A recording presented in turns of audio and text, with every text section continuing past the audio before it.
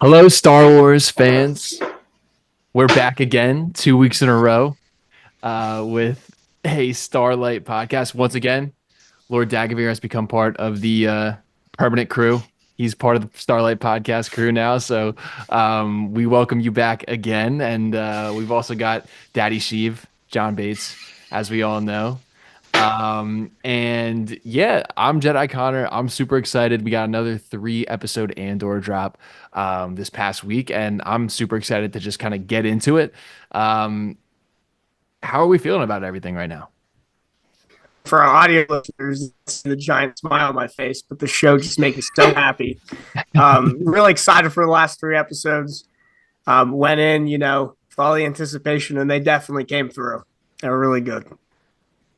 Yeah, man. I still have some nitpicks, that I have for myself, but man, dude, I really don't know how much better you can do with the dialogue and the monologues and the production. Like it's just like it's all there. And if you have enough patience, you can understand and see the full vision.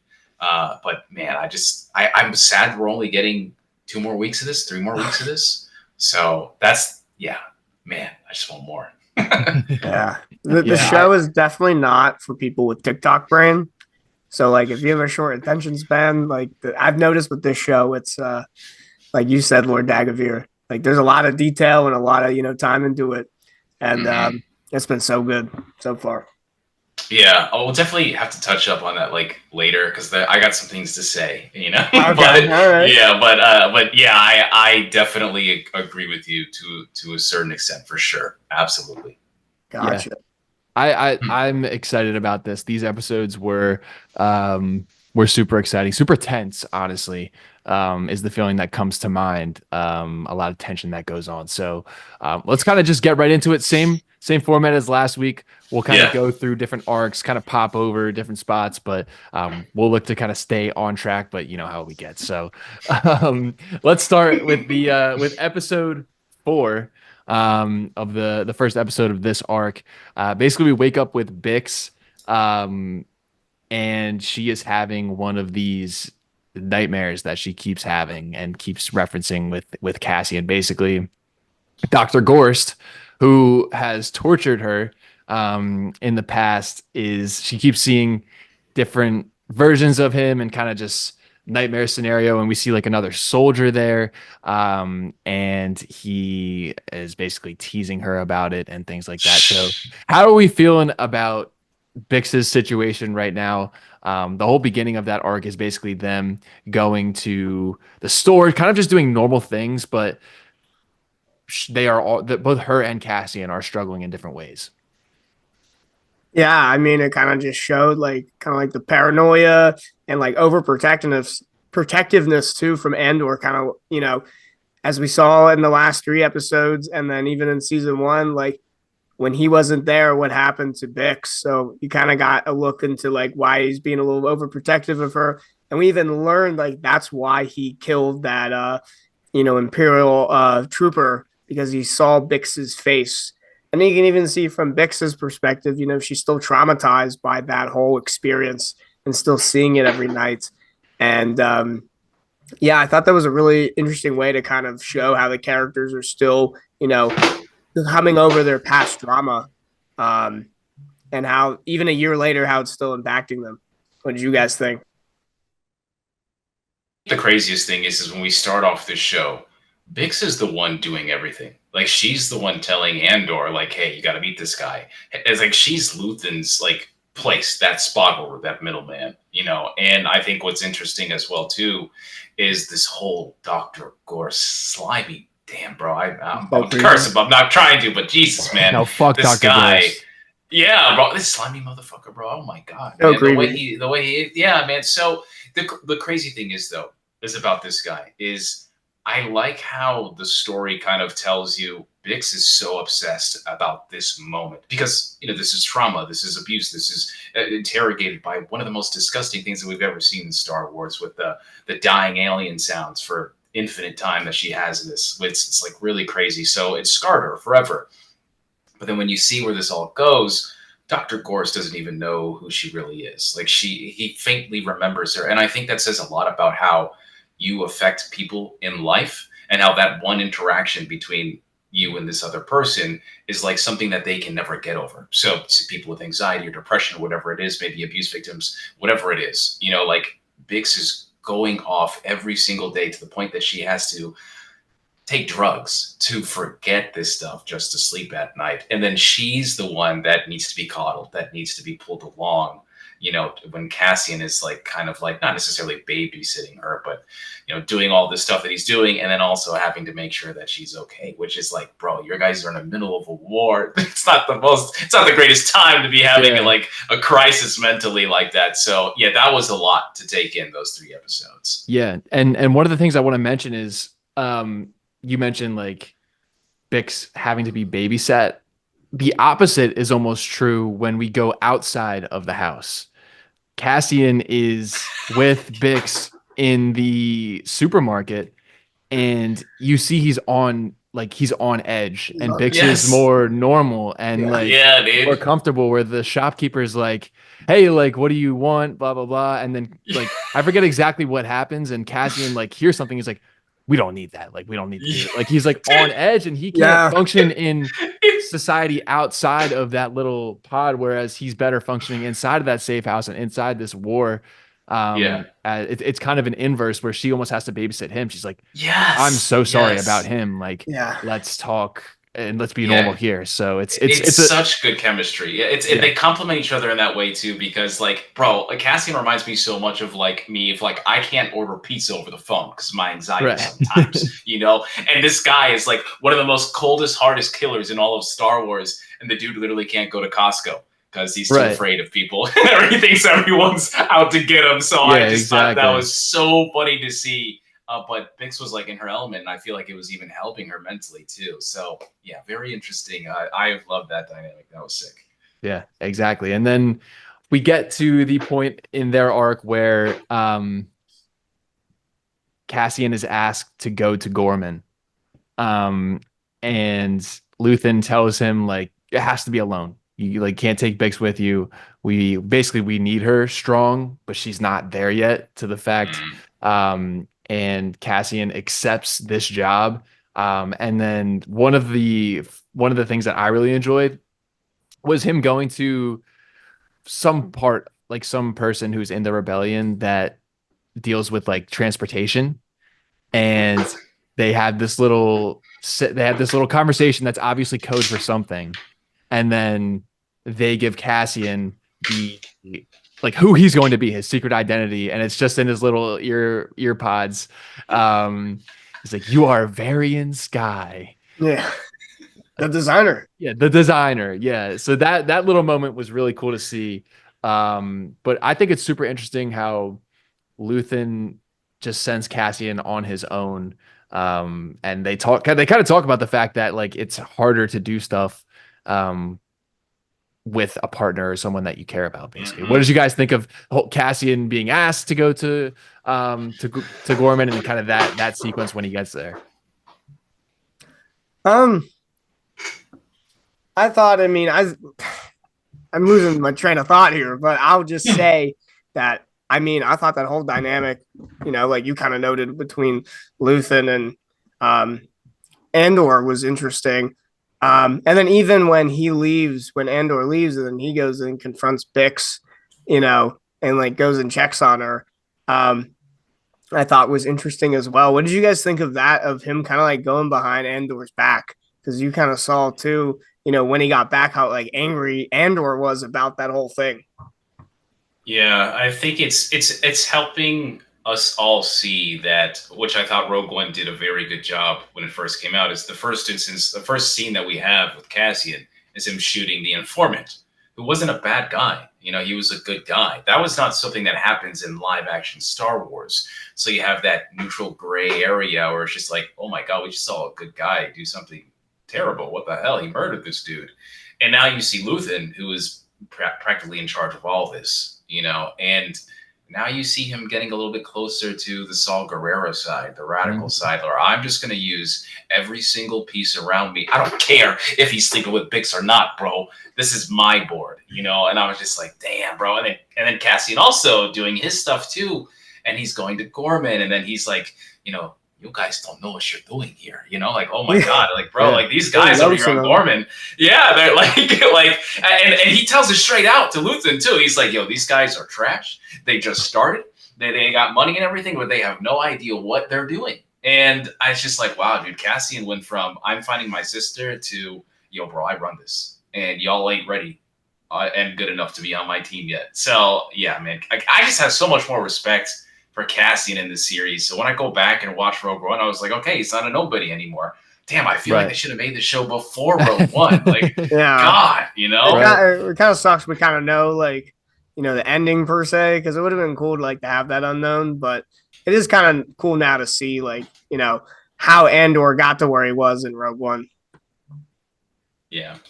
Yeah, yes. I agree. I think Cassian is just becoming Cassian and Luthen have been like shooting up my character ranks. Like those two are my favorite because I love gray characters. I love people that are on the good side but don't do like the best things. Like you need someone like Luthen, Saul. Someone like Luthen, and honestly, Saul. Yeah, Saul's a little bit more of like a. He's a little as more. We see here, he's more of like a cult leader as opposed to like this like mastermind with like all of this stuff. But I think the rebellion needs someone like them to do the dirty work. It can't all be sunshine and rainbows and hey, we're doing this for good. Like you need to make sacrifices, which is what the whole entire show is about. Yes, the reality of the situation. Imagine, I swear to God, imagine if we had a Jedi like that in the prequel era. Oh my God, Anakin. No, yeah, well, that's another day for another topic. But, yeah. I totally agree. So, I guess we'll hit on a little bit of what Mon Mothma is doing. Mon Mothma has been like politicking around. She's been asking for help. She's campaigning hard for Ghorman. Like she's pushing for votes, and she's getting none of it. And this is something that I like the politics of it. I can see how some people could kind of fall off with the like her talking to different senators and her going to parties and things like that and kind of everything's in code. But what did you guys think of Mon Mothma in this like the beginning of this arc trying to campaign hard and honestly getting absolutely nowhere? I think it kind of just shows the grip the Empire's starting to have on everybody, you know, when she's still trying to advocate for Ghorman, and even the own senator is like, I can't do anything. Like, you know, like I don't want to go against Palpatine. Like you can really see the fear, and the Empire really feels like this like overarching like evil. So I thought that was really interesting to see just in this first episode with Mon Mothma like going around talking to all the senators and nobody really wanting to, you know, help her. They kind of the elites kind of in the show are kind of just content with just how everything is, and nobody's kind of willing to oppose the Empire per se. So I thought that was interesting. What did you think, Dagovere? Yeah, I think that's why this show needs to be sat through and endured, even if you don't appreciate the dialogue, because the show is very dialogue heavy, but that's the point. It's helping you understand the level and the gratitude of like what is actually happening to these people that were separatists or republics, whatever they are now. It's not them, it's just the Empire. And if you read the Reign of Empire book, the Reign of Empire, Mask of Fear, that's what it is. If you read that book, you understand like, Mothma's hustling. Like she's just hustling. She's trying to get all these ex-separatists, all these ex-people that she used to hate and go to war against. And now she's trying to ally with them, and how hard it is for her to get signatures for everything that's going on. I think it's the Declaration of 2000. I can't remember exactly whatever she was trying to do, but it's just everyone trying to stop the Empire being what it is and pretending like it's the Republic. We all know where this is going. The Imperial Senate is going to be dissolved in a couple of years, and you can already see people starting to bend the knee. They've been bending the knee. They're terrified of this. They don't want to have any part of it. It's just stay indoors, don't say anything, and maybe we won't die.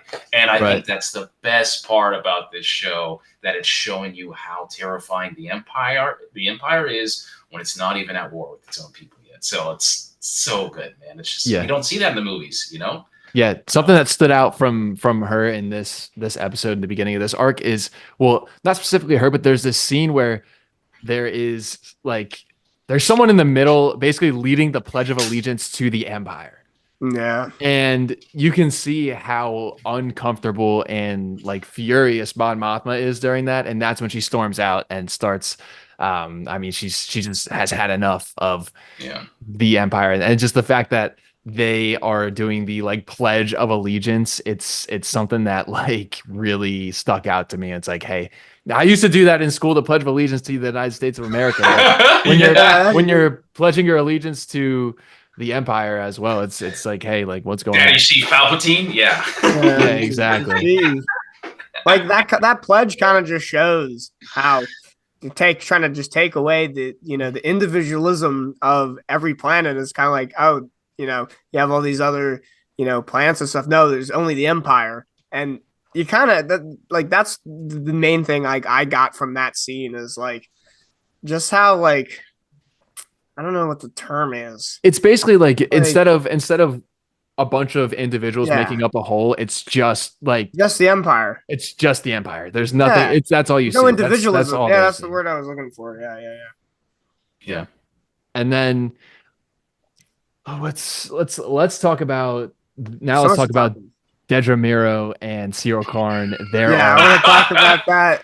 The secret agent. Last week we had a little bit of fun with those two. Saying like they just make me laugh. I can't stop watching them. Like the way that they interact is hilarious, and it's like so interesting. It's a weird relationship that they've got going on, but I think it's basically what happens here. Syrill is being tapped.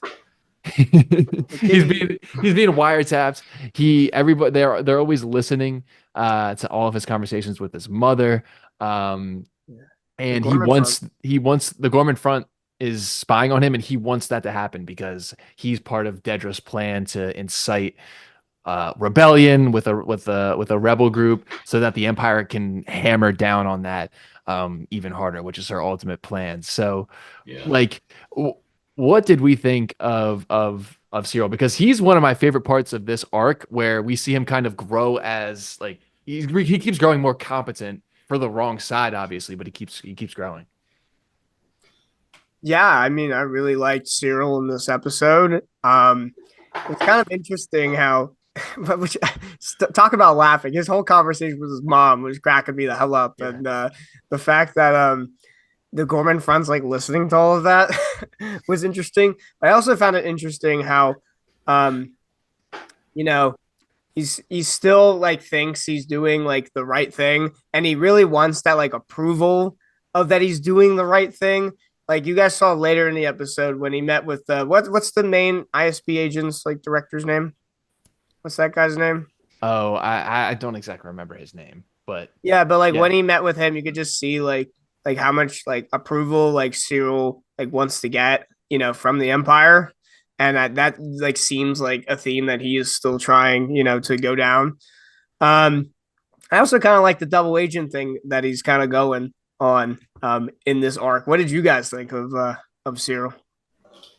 Yeah, I think it's funny that Dedra's letting him play spy. I think it's something that he's always wanted to do. I do get a little like weirded out by their relationship because I do think it's a little toxic, and there's definitely a little power struggle in there. Top bottom. Yes, absolutely. It's my bottom king. Yeah. All right. He's lying like on the bed. Yeah. But I still think that this is gonna go so south for Syrill, because I'm telling you right now, like there's gonna be a destruction of Ghorman in some form, whether it's gonna be the entire planet or something else. I think Cyrill's going to wake up, and Dedra is still allowing this man for an entire year now to get better. Like he is very good. He's always been good. He may have been a little over charismatic or overzealous, overambitious. But yeah, when he meets Partagaz and Dedra in that room, it's very interesting to even see that Partagaz was like, great job. And then he was like, this is the best day ever. And so, it's just really interesting how Dedra's like, oh man, All right. Okay, bro. Yeah, go back. See Yeah, ya. yeah. So I'll let you out of your yeah. cage again. Go. Yeah, man. Get It's that. and remember she got demoted too, so maybe Yeah. she's gonna turn cloak on him too. And because there's definitely a piece of the puzzle that they haven't been telling him of what exactly is going to be going on. So Yeah. I fear for my boy Syrill, but we'll Yeah. see what happens, man. I agree. Something is gonna happen, and I don't know what, and it's probably not gonna be good. I think he's gonna turn. I think he will turn towards the You think he rebellion. actually will? Even like looking at his conversations with his mother, where he was like low key defending like the I thought he was playing Gormans. into. I thought he was and- playing into. 'Cause Right. knows the He Gormans is playing. aren't He listening. is playing into it, but I think like he has enough empathy towards people. I think that he will be able to like make that switch. If something really bad does happen, I think he has the capacity to see Gormans as people and anybody outside the Empire as people, because he's worked with those people. Like he is, even though it's in cahoots, like he could form like an attachment to them or a sympathy with them at least. Yeah. And that could be the trigger. Look, for look what more. happened with how he started this journey, right? It was because somebody in his company got murdered. That you know, that's he's a good guy. Is he obviously he's on the wrong side and he's totally like putting down and misguided and everything that's going on. But I'm telling you right now, bro, if this guy sees anything that he sees is wrong, oh my gosh, you don't want that. Syrill's going to be so dangerous to the Empire and the ISB if that happens. I mean, he may end up teaming with Cassian, the guy he was supposed to be hunting the entire time. You know, that would be insane. Might happen. Not saying it is, but yeah, really, we can see what happens here. Yeah. Exactly. And let's kind of move forward a little bit. Let's actually touch on Saw Gerrera. There's so many things happening in this episode. It's going to be hard to kind of get everything, but Saw Gerrera is something that it was so interesting to see him. I think Forrest Whitaker does a fantastic job. We didn't see him that much in Rogue One. Like he was only there for a little bit, and he kind of portrayed like the crazy old man who's like talking to himself and like lies. Right, exactly. Yeah, you can see his mind is obviously fractured, but like, this is probably like prime Saw Gerrera, where we're seeing him like basically do crazy stuff and act crazy, but still be like super effective in everything that he's doing. What were your first impressions of Saw Gerrera making his like appearance in this show? I mean, I just love Saw's character, but also one thing I will say is, dude is huffing that Rhydonium. I wonder why he's crazy. He's really, going on the drugs. But I really thought it was interesting to see just kind of how like radical and different Saw Cell is. What is that kid's name? The kid from Ferris, Ferrix. Do we know what his name is? You know how he joined like Saw's group, and you can just see immediately just like how kind of just untrustworthy like Saw was, and basically from the start is like, oh, I'm just gonna get this kid's information and I'm gonna kill him. Like he kind of just doesn't care. What is that kid's name, by the way? You guys know? No, I don't know. I don't know his name. I know that he was like 11 years old though when he saw Rogue One. He's very young. Willman, is that his name? Willman Pack? Yes, Willman. Yes, that's what he says. The Willman. Who had all the combinations for the Rhydonium transfer. And yeah, it kind of shows like how Saw is kind of, like, I guess air quotes crazy. I mean, we find out later that the one guy who was teaching, was definitely like an imperial spy, or allegedly an imperial spy. Let's touch on that. Let's touch on that. Let's touch on that. I'm not 100. I'm like 50-50 on if he actually was like being like, if he actually was a spy. I think that's something that Saul would just do if he thinks that Willman is better equipped for whatever we're doing. Yeah. Like, I think he has no problem. Like, it's basically a wake up call to Willman, being like, hey, like this, you're in it now. Like, I don't know. I could totally see Saul just doing something that insane where he just like basically plants something. Cause basically all that happened was he shot the guy, and then what's his face took out something from his pocket. He's like, look at this. And like, we don't really know what anything is. So in my head, my first thought was not like, oh, he's like definitely a spy. I kind of thought there could be some gray. Yeah, I kind of thought too. It might have been like Saw, because Saw, is kind of seemed like a little crazy. Like maybe he was kind of like elucidating that, or like not really like wasn't like 100% true. Like Dagovere, like what did you think of that whole thing? I do think he was a spy. And Mhm. and I think that's the whole point of like this era is to us. And by the way, I have never felt so sadly for Saul Guerrero ever in all of this. And when he is sniffing the Rhydonium and he says, "It's my sister," which was Yeah. like a crazy callback, by the Yeah. way, Clone Wars. because we all know from Clone Wars that that is literally what started him down this radicalness of everything that was going on. But if you know Saul, like, dude, there is a method to the madness, and he knows he's not a fool. That's why he's able to survive for so long. That's why he's so dangerous, not just to the Empire, but to the rebellion as well. Yeah. I do think that guy, what is his name, Pilot or something? I do think that he was a spy because he's starting to talk to Saul Guerrero and talking about, hey, sorry, that's my cat. He's hungry. He's talking about, hey, dude, there's so many different combinations. I don't know what it is. Can you just tell me what we're doing and where we're going so I know and I can focus on that? And then I think in that instance where he wanted that information, Saul Guerrero gets close to him and tells him a fake coordinate where we were going. And I think that was like kind of leading you on that he was a spy and he was doing something because they're all radicals. They are crazy. I mean, they don't even really have food, what's going on. But yeah, it's a very slow show for me still. But that was so powerful. That monologues, everything. That Willman's character, I didn't give a damn about in the first season. But you see how he's progressing slowly, and now he's a really big piece of this insurrectionist, these radicals, with Saul Guerrero. Like, he's the main man, bro. Like, I don't know, like that was so powerful for Star Wars as like people like, hey man, this is who we are. We need to be this way to do the shit that we're going to do to the Empire because no one else can do it but us, and I was just like, damn, bars, Yes. That was crazy, dude. That was such a good arc. That was insane. Yeah. And I think it speaks to the fact, like the rebellion needs Saul Guerrero, and it kind of goes back to the earlier point of like, hey, Luthen is a certain level of like ruthlessness and things like that, but it's almost in my head, I think Luthen thinks it's almost like he's playing chess, where it's like, these people aren't like real to him. Almost they're different. Like, he's like at a super meta level of the rebellion, where Saul Guerrero is on the field.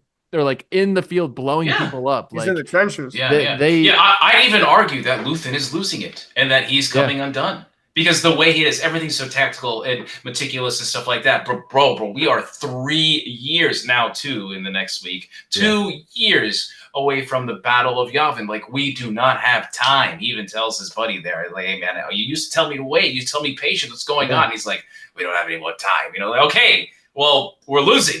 We don't even have a rebellion yet, so officially anyway. Right. But yeah, I thought that was like a really important scene. I feel like, man, I'm so sad we do not have a lot more of live action Saw Gerrera, man. Wow. Yeah. And I think going off your point where it seems like Luthen is kind of losing it, he loses it when he realizes that he's going to have to go to this party and steal this audio device, because if not, the entire thing, the entire rebellion is gone. Like it will literally not exist anymore if he doesn't get that piece off. So he panics, and you see him yell. And we can talk about that scene for a little bit, where let's talk about it. Everyone's at the party. Mon Mothma's there. The whole crew, all Luthen's whole crew is there. Like Bail Organa is there. I made a video about this earlier, but I think like. Because they recasted him. Yeah, they recasted him. I think it's pretty good. Like, I think I read that Tony Gilroy said the schedules didn't match up.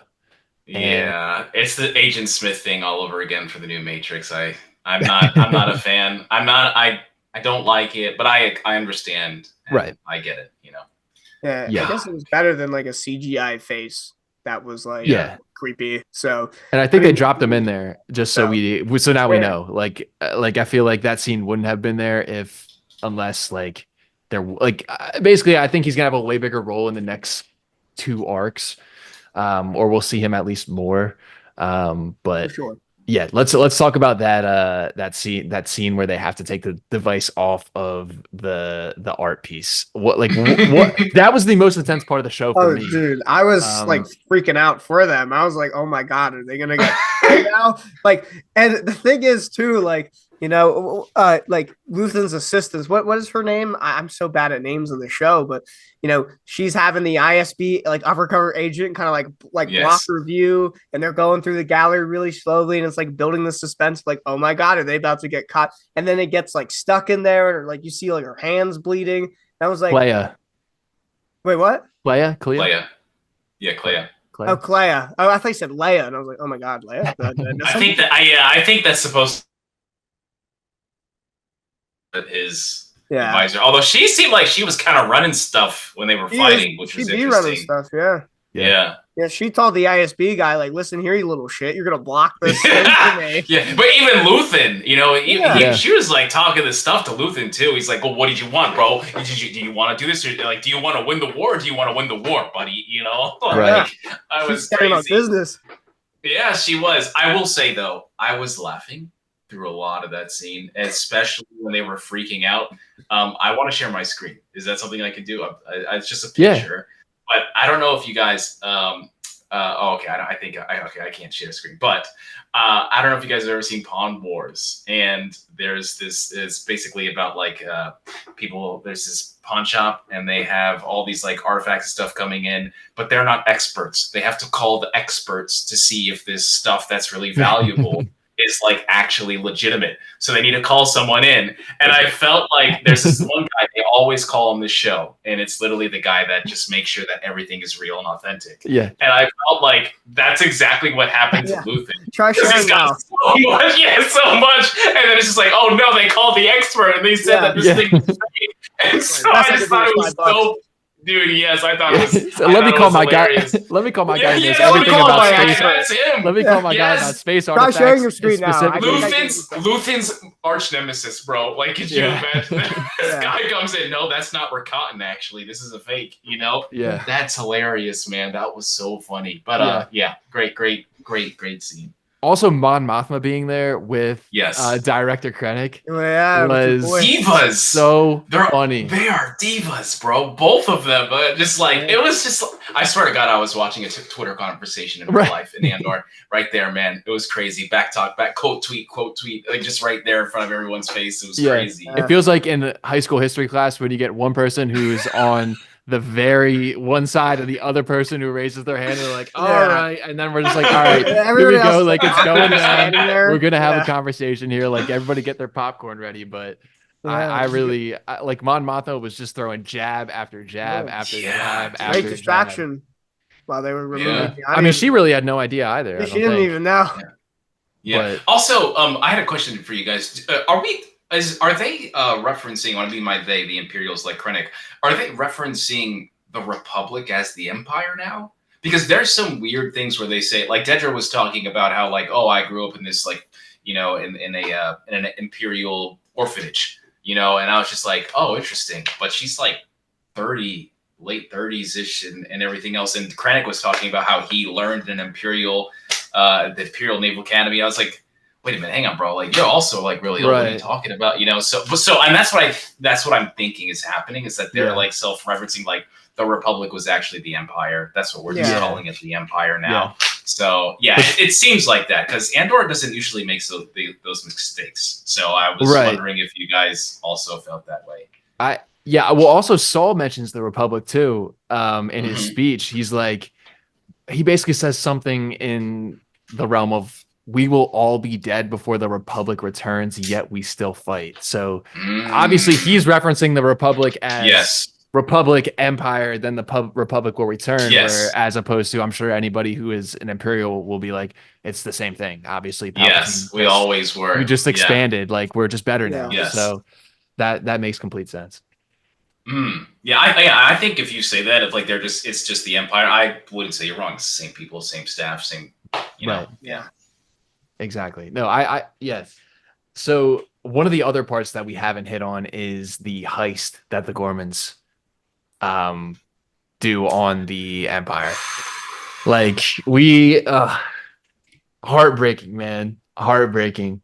What, like, obviously Cassian leaves, and then we see Luthen sends in his reinforcements basically to get the job done for what he hoped, I guess, Cassian would do. But what do we think about this whole arc? Because this shit goes wrong, and everybody knew it was gonna go wrong. I like, this is Andor. Like, something always goes Yeah. wrong, but I Like, wasn't expecting that. yeah, it was kind of hinted something was gonna go wrong. It was kind of like what Andor like kind of hinted at. It's like, oh, they're not ready, and you kind of see in their meetings like they're not really fighters. This is like their first time kind of doing this, so it was kind of like implied that like something was gonna go wrong. But I didn't think that was gonna go wrong. What did you guys think? I guess we have to talk about it about Cinta. Like that was just kind of out of right field. I wasn't expecting that at all. That was really I think the advantage for us in believing these things are going to happen is this is the last season. So stuff is just going to escalate immediately. As soon as they brought Cinta in, I knew she was going to die. And then as soon as I saw the kiss, and I was like, it's a wrap. It's over. It's done. You're more able to predict than I am. I didn't because like I feel like Star Wars, especially animated Star Wars, like whenever a character is getting more attention and then they also get a love story, they're gonna die. They're gonna die. So I just like, oh, okay. And then that young kid that ended up doing that, by the way, was also extremely ambitious and experienced, and so I felt like he was gonna be the green one that ended up doing this. Also, I feel like that guy that was fighting him also needs to take responsibility. That guy was a punk the entire arc. Like, what the flip? Very confrontational. I don't know what his deal was, but. Yeah, but they tried. They tried really hard, but you could see, even with all the resources and how high and mighty they are, they really need someone like Val and Cinta there. It's actually kind of crazy that there was only 2 people there organizing, which also says a lot about like how damn capable Cinta and Val are. Like just them themselves are organizing this, So yeah, it really says a lot how important these pieces of Luthen's people are important to the rebellion, because I feel like it all would just blow up in their face if they did not have these people around. Yeah, I think one of the things about that whole entire arc that really stood out to me for Cassian, the fact that when he has that conversation with Luthen and Luthen basically takes some digs at him, he's like, I thought you would be the one to help them. Like, what happened? Like, why aren't you in on this? Like, for like, oh, now things are too dangerous to do. Like, we are all in. Firing shots at him. Like, I think Luthen sees Cassian as his like prodigy, where he'll take over for what I do. I would need to train him to be able to make the tough decisions and see the big picture. He says, think like a leader is one of the lines that Luthen, if I remember correctly, says to Cassian. And the fact that he is, I guess, seeing like so short-sighted, he's not willing to make those sacrifices yet. He's not willing to make the sacrifices, because that conversation goes like, what happens if, they get crushed? And Luthen says, it will burn right. So that is a line that stuck out to me, where Luthen is up here, like we said, super meta, like, hey, if this blows up, like, it'll be fine. It'll give us attention. Like, even he's not thinking about like these people that Cassian just met are going to die, but he's thinking that this will be some really good attention for the rebellion. So that's another aspect that to me was super interesting. And obviously on the ground, it's tough. It's tough to see. But I love that interesting relationship between Luthen, because I think Luthen is right, especially if you have to fight against this galactic empire. You got to do this. You probably ain't going to heaven, whatever it is, bro. I mean, like, this is how it is, man. You gotta get your hands dirty. And it's very similar, in my opinion. It's going to be kind of whack, but it's going to be an old cut over here. But I think it's very similar to like the Bane-Nite in the Rule 2. Yeah.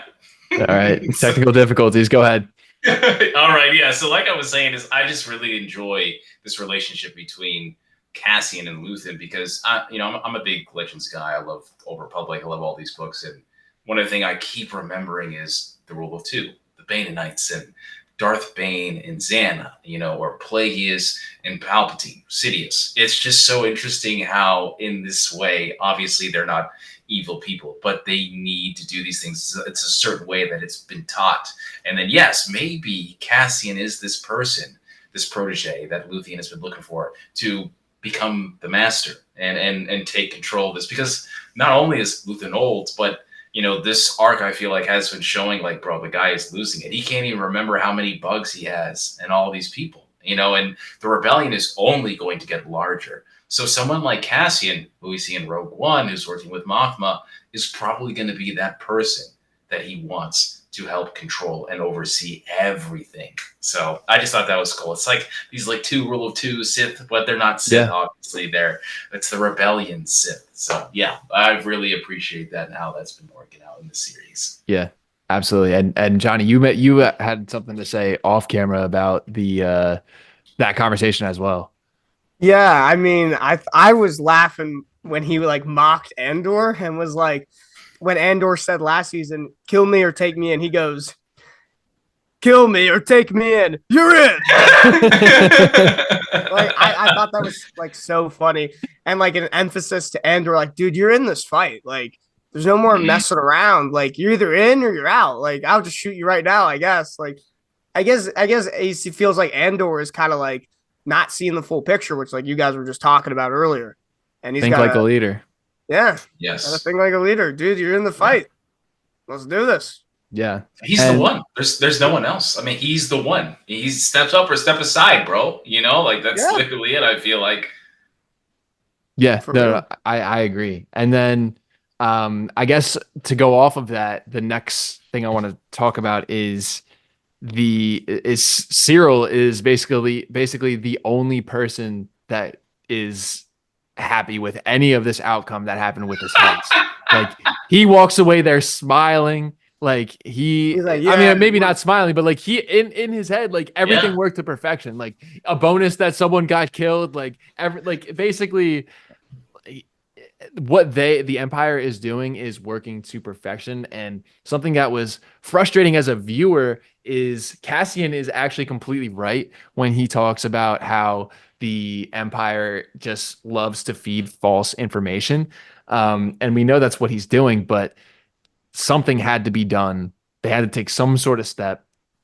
So I'm interested to see where this goes. Because like we talked about earlier, I think Syrill has the capacity to flip. I think he can turn to the rebellion, or at least against the Empire. But I don't know, like where did this leave you guys after the aftermath of this heist? Like obviously, things didn't go right. Yeah, I mean, one thing after the heist is I absolutely loved that kid that killed Cinta get chewed out. Yeah. By oh my god, what is her name? I'm so bad with names. Val. That's Val. Yeah. Yeah, Val. Yeah. What did you guys think of that scene? Like, that was so like intense, and that kid is like bawling his eyes out, and like dude, like this, like she was really digging into him, calling him a kid, and I mean, he literally killed her lover in front of her. Like that's crazy stuff. Like, what do you guys think? Well, yeah, he is a kid. And and I think that's the naivety of all these people is like, oh yeah, I'm gonna stand up and fight. I'm gonna stand up and protest. Hashtag stand with Ghorman, whatever it is. I don't think these people actually know what's going on. And it's very similar to Tay in the first 3 episodes. It's like it's this situational conviction. And then when things get really real, it's like, oh shit, oh, maybe I wasn't cut out for this. Yeah, duh. And I think that's the whole thing I'm taking away, which Val, I thought, did just such a great job of handling that situation, because she had every right to just go ham on this kid. But it really makes you understand the rebellion has a very long way to go. Like a very long way to go before they even like be an actual threat to the Empire. It's just like, wow, congratulations. You were trying to steal one truck. Yeah. A truck. Yeah. That wasn't even on an imperial bounded planet. This isn't Coruscant or anything like that, bro. One truck. And you guys effed up and killed one of the most valuable people, if not the most valuable people on that planet. So Congratulations. Yeah. You haven't passed the tutorial yet. Yeah, they failed. Yeah. And Val says a line that really hit me was she was everything you daydreamed about. Yes. That line was absolute like, bars. It was bars. And like in the moment, like you could tell that really hits basically everybody around there because they are not like pretending to be rebels at this point. They don't know like, what it takes. Cassian told them. Cassian told them. He was like, you guys aren't built for this. And like they saw after the first mission, like this is what it takes. Like you guys aren't built for this yet. Yeah. And she makes a point to tell the kid that like this will stay with you forever. Like this is a mark that will that you have to like live with. Her blood is on your hands. Like she goes in on him, and I really hope that kid eventually becomes like super like valuable to the rebellion, just as almost to like repay the debt that he caused. But that scene really stuck with me, and specifically that line was really tough to see. Fire. And then so let's get to the end of this episode. Bix's get back, Bix's revenge. It came out of nowhere, to be honest. I love that. In my head, like I wasn't really knowing the crumbs were there what though. to expect. The crumbs were there. Like we see and we know that Cassian and Bix do this together, as we saw. They walk out together, but earlier.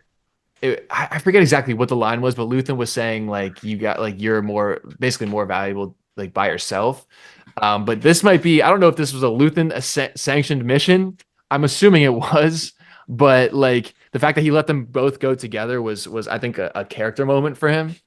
But let's talk about what the hell happened. Like we see Dr. Gorst walking in a hallway. I just kind of thought it was like leading up to something.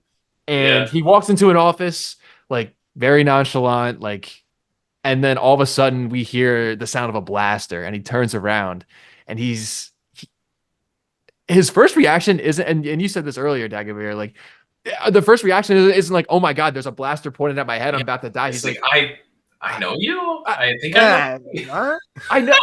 Where do I know you from? Like, how do I know you? Like, did I see you at the bar the other day, or like, what's going on? Like. I don't know. What did you guys think? Yeah, dude, it was just like an odd reaction. I think it just showed like how no emotion he has. But I can't tell you, I had so much satisfaction her strapping him in that chair and putting on that torture device. And then I assume they blew up the office that he was in. Like I'm assuming that's what that explosion was, right? Yeah. So that guy's super dead and super dead. Super deserved. I loved every part of that. And I think that was a good moment for Cassian and Bix to kind of like, get rid of the trauma that they had and kind of like move on. And like, now like I'm sure we'll see in the next 3 episodes, like them be more of a leadership role and, not have as much as these struggles as we saw them have in this 3 episode arc. Yeah, that was amazing to see that power couple do that thing, bro. Like I straight up, man. Like I honestly, I felt like also Bix was being really nice, bro. Because as soon as that guy would have said, "I think I know you," I'm not sure. I would have emptied the whole clip, bro. Yep. Like it would have been the whole clip, and then he's getting all that torture stuff, and then we're blowing him up, man. Because this boy's gonna remember today, So I like straight up, but I do feel like this is a win now. I'm telling you, bro, Bix is gonna die. I know for a fact that Bix is definitely going to die because if this is such a high for her at this moment, as well as Cassian. But I feel like that is the stretch where, all right, we won this. Now I'm free. And I feel like a lot of the time that's going to be really deceptive to push Bix into a scenario where it's probably going to be a little overzealous and do something that maybe she'll self-sacrifice or just end up paying for it. But man, it's just cool to see them right now because damn, bro, that walk and that Cassian cloak on her, bro, she's walking out and that Imperial was like, hey, you're not supposed to be boom, done, buddy. Nah, it's a wrap. That was sick, bro. That was so cool. She needed that. She needs that. Yeah, she needed that. Yeah, dude. That power walk was straight. She knew, bro. Like she dropped the whole lobby, man. Ain't nobody in that game was busting her, man. She's done with the drugs now. He's dead. Yeah, and I hopefully, I mean, I think we all know what's gonna happen, but like, Yeah. I'm just asking, like, can we get a character death that's on screen if we're gonna get one? Yes. Like, please, please, No, please, please, please. We talked about it last time. It was like I think there's a point to that where everything's so sudden, and it's ruthless. But like, I need something. I need Yeah. last Brasso words or something. Brasso was good and sad, but tragic. But it's just like, are we going to see a Chirrut Inua? From I'm One with the Force, and they're like, what's going to happen here? Because Rogue One was kind of crazy in that last hour. So yeah, I can't wait to see the rest of this, and I'm also dreading everybody that's not in the movie because I think they're all going to die. So yeah, yeah, I think so too. Yeah, man. Yeah. I don't know. I mean, I think that's the whole episode. I still got like my critiques. I would love to hear your guys' critiques if you have any. I doubt it though. We can talk about critiques. Yeah, we can talk critiques. I'm definitely a fanboy of the show, but I guess the only critique that I could have is I will admit the first episode was definitely a little bit of a slow burn, but that's just something the show is just, it really is building things up. And then by 5 and 6, like I was like, all right, here we go. But I will admit episode 4 was a little slow. And that's like the most criticism I've seen from people about this show is just like, oh, it's a lot of dialogue. It's a lot of, talking, not a lot of action. Is like, what kind of criticisms are you guys like thinking about the show? Is that what like you were thinking, Dagovere, or like what were you thinking? Yeah, man, it's just I made this video today on my TikTok account where I actually put my face and talk about stuff. So you got a little bit of love on that too, yeah. Yeah, I'm doing it differently. I'm not trying to put my face in front of everyone every single day. Well, maybe I'll just do 1 week, and that's how much they can tolerate. But I think Andor is going to be one of those things that not a lot of people are going to appreciate, and I just feel like the show has incredible writing. It has the most beautiful sets I've ever seen in a Star Wars TV show. The acting is phenomenal. It is the best. Like every single scene has a monologue where I'm just like bar, bar, bar, like straight up. And it's sad to say that majority of the casual fan, I don't even want to call them casual fan base, because I think there's also people that like are very diehard fans and they just can't get into Andor. And to those people, Andor is Star Wars is lightsabers. Star Wars is the Force. It's lasers. It's space battles, because that's what the franchise means to them, and that's what resonates with them the most. And it's a tragedy that Andor is slow, and yes, it is extremely dialogue heavy, and these people just can't digest it, man. And I swear to God, if this thing had a single lightsaber, or was just a little faster, or had some form of the Force, whether it's an Inquisitor hunting Cassian down, I swear to God, everyone and their mother would be watching the show. People that don't even care about Star Wars, just has Baby Yoda, has brought in fans that people like that don't watch it. They just know Baby Yoda, and Andor could have been that show. But I do think that it is at times just too much for that casual movie only watching fan base, and it's sad. Yeah. That's what I just feel. Now, it's not a hate. It's not hate. That's just how I feel about. Yeah. That's a good observation, because season 1 was like one of the lowest watched. I think I mentioned it last time. It's one of the lowest watched Star Wars shows, but it's so good. But like that's the point. It's not like the casual or like just like Star Wars fan, there's not lightsabers. There's not any of that. It's like what the franchise is built on. So it's just a different kind of show that like some of these Star Wars fans just aren't going to be able to get into. But I mean, you guys know how much I love this show, so I'm watching it. Connor, what about you? Like, what do you think? I think my criticism is still the same, because I like absolutely love dialogue heavy shows. So this is like right up my alley. I love like the non, like I love the lightsaber stuff. I love the Force. I love all of that, but I also love like stuff adjacent, like just like outside of that, where we see like get glimpses of like regular people in Star Wars. I think that's something that I really enjoy, but I think my criticisms are still the same, where it's like this gap. Like I feel like I'm like watching a new show every week, almost. Where every it's week. Like, where it's like you have to kind of like figure out what's going on. Like, And Yeah. it wasn't like, I don't think it was too bad this week, because we've had these kind of through plot points with like Ghorman and stuff like that. But you just kind of have to figure out where the characters are at. Like we have no idea Mhm. why what's his face? The kid with Saw Gerrera, like why, like how did he get there? You know what I mean? Like how did Yeah. all, you just kind of have to like just kind of either fill that in on your own, or just be like, okay, well now he's here. Now this character's here and he's in this situation. So it's that's Yeah. probably, it's like we're watching the beginning of a new season of our show every week, just because it's Yeah. that gap. So that's my biggest criticism. I think, like, just to echo what everybody else said, like the acting is super incredible. So good. Like the conversation between Cassian when he gets there as variant Sky and like the original Ghorman, like that was like a super good acting. Like that was like, oh my God, I don't know. I could just talk about Yeah, dude. the dialogue and the Yeah. acting forever in this show, but that was something that how he goes back from like in character to out of character. Like that really stood out to me as a really good acting performance. But I think the gaps are too much, not too much, but like that's the only part that I see that's Yeah. a negative on that end.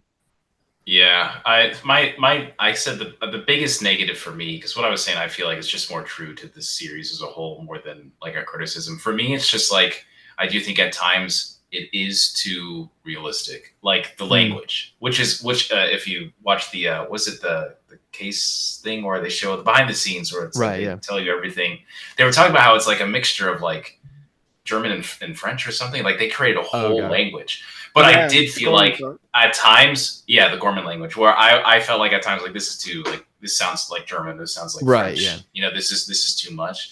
And some of the settings where like Cassian is literally like prepping his food and he's cutting and I felt like I was like, all right, that's a little too humanly. I'm not saying like, you know, it's I just feel like maybe it would be a different, but I think that's the risk you run when you go so in depth in Star Wars that it leaves no imagination for people to feel like it's Star Wars again. And I just think that people can't cope with that. You know, it's people don't have a lot of imagination and they don't want to see that dragged out for them in that picture. You know, they don't want to see the air fryer that they have or the lamp on the table or the cutting board or things like that. It might just take them out and they'll start to disassociate with that, you know? So that's the biggest thing for me. But still, like, I love this stuff because I do feel like I'm living in a Star Wars book where I'm seeing these characters and talking and engaging with them every day. And it's just like, I dig this. You know, I will put this ambience on of their little safe house on Coruscant.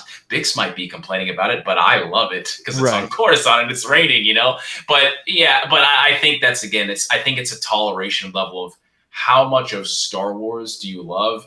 And is this Star Wars to you? Because if it's not, then that's honestly the defining factor. You know, I don't think they really hate it. It's just hard for them to grasp that this version of what it looks like and feels like. And that's hard for them to digest. That's a really good point to bring it up with the books, because I read so many Star Wars books that like that it gives you that feeling where it's a lot more grounded.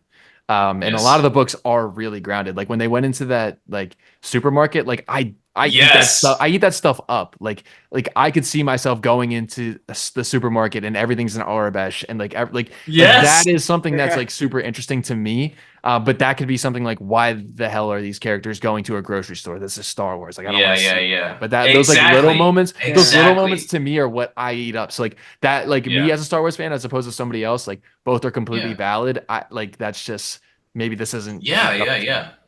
I live in Orlando, so I'm like 20 minutes away from Galaxy's Edge, the theme park, you know, and they have the Coke and everything there. It's obviously it's a little silly, but I love it. I love it. Like I really enjoy that part of the Star Wars expanded universe. One of the coolest new freaking canon books is the Batu book that they have with by Maradi, and it talks about Leia and everything. Dude, that is such a good book that no one probably has ever read, but there's so much of that with like Captain Cardinal.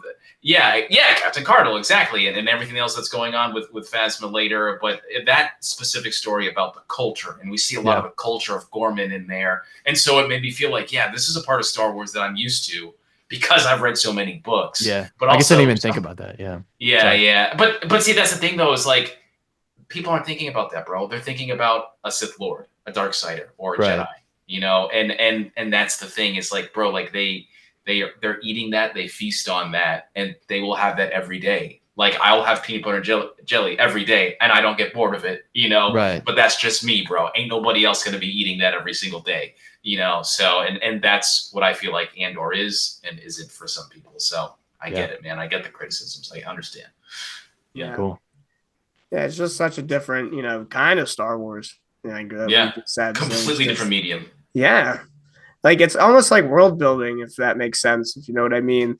Like we're seeing this entirely different angle of Star Wars that we haven't seen before in a show. So it's just different. Yeah. And I think some people, aren't used to, aren't really like expecting that in Star Wars. But no, I'm loving it. When have they got world building into this level? When have they got dialogue? Yeah, that's what I'm saying. Level? Like it's really like we're really like in the thick of like Yeah. the Star Wars universe. We've never seen that before the show. But like you guys said, like I've read some of the books, like I remember reading the Ahsoka book and I'm seeing her like on a farm and like all that stuff. Never seen that in Star Wars before. And I found that really interesting. But again, like to other people, it's just something they've never seen that side of Star Wars before. So it's just different and kind of weird to them, kind of foreign. But I'm excited for the next 3 episodes. What do you guys think is going to happen in the next 3? It'll be another 1 year kind of time jump. Probably Ghorman Massacre is probably the biggest thing. Or the second massacre, because I guess Krennic had already. Oh, yeah. Which is cool, by the way. I can't believe they didn't retcon that. It's from Legends, right? It's from the Legends books. Dude, I've made so many videos on this stuff, and I was like, it's going to be an Andor. It's going to be an Andor. And then I was like, it actually is an Andor. Oh, okay, it's canon. Like, we're talking about it. So there's like going to be a Ghorman Massacre, and then there's going to be a Ghorman Tragedy. So, I don't know. I almost think the whole planet's going to get destroyed, bro. I think something has to happen. Dude, something crazy's happening. I mean, they said it. It's going to drive Mon Mothma away. It's supposed to be like the turning point, kind of, for like a lot of the rebellion. So I think we get that next episode. It's going to be sad, like for those people. Because I will say I like some of the the culture of Ghorman.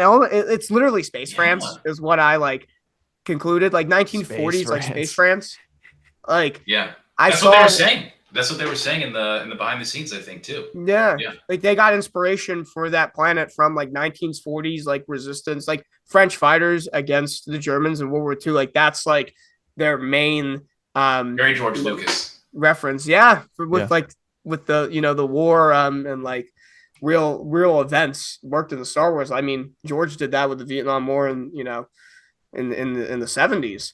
But I think Ghorman, Ghorman's definitely getting destroyed. I think this is when Mon like leaves, like like we would maybe see her, like we see her in Rebels, kind of. Yeah. What do you guys think's happening? Do you think Ghorman? You guys think? I think the whole thing's gonna be about Ghorman, honestly. Yeah. Any other predictions for the next episode other than Ghorman getting destroyed? I think it'll be faster. Yeah. I think the pacing will be faster. Yeah. Because that's all I keep hearing is like, this is the last half of Andor is the best writing in Star Wars ever. And I hope it's true. Like, I hope that is true, because if it's even, 0.5 faster than it needs to be, I swear to God, more people are going to watch the show just because they're going to want to see what happens. And I guarantee you, because that little change will happen and it'll be quicker paced, everybody else will start watching it again. Because that's what I'm excited for. I'm going to enjoy it either way. I'm a Star Wars fan, whatever, bro. I was enjoying Hayden Christensen and everyone was telling me that he wasn't a great actor, so whatever. But, I feel like it's just so close to being like the literal best Star Wars ever if it could just get over this hump. And I'm hoping that the second half of the series speeds it up, man. Yeah. I'm hoping, because, they're missing out. Yeah, here's the hoping. But yeah, I think we're going to wrap this up here. I appreciate everybody for listening. If you're here this far, if you're here this long, appreciate you guys listening. Where can we find you guys on socials? You can find me on TikTok at Daddy Sheev. Follow me. I don't post anymore, but maybe I will soon. Start posting, brother. Yeah, let's go. Do it. I am on just about every single social platform. Lord Dagovere. I do YouTube with lore videos, and I also talk about Star Wars everywhere else. So if you can tolerate that, hit up your boy. Let's go. And you'll find me at Jedi.Connor on TikTok and YouTube. Hopefully we'll be streaming some Fortnite here soon. Yes. I would love that. So stay tuned. Appreciate everybody, and may the force be with you.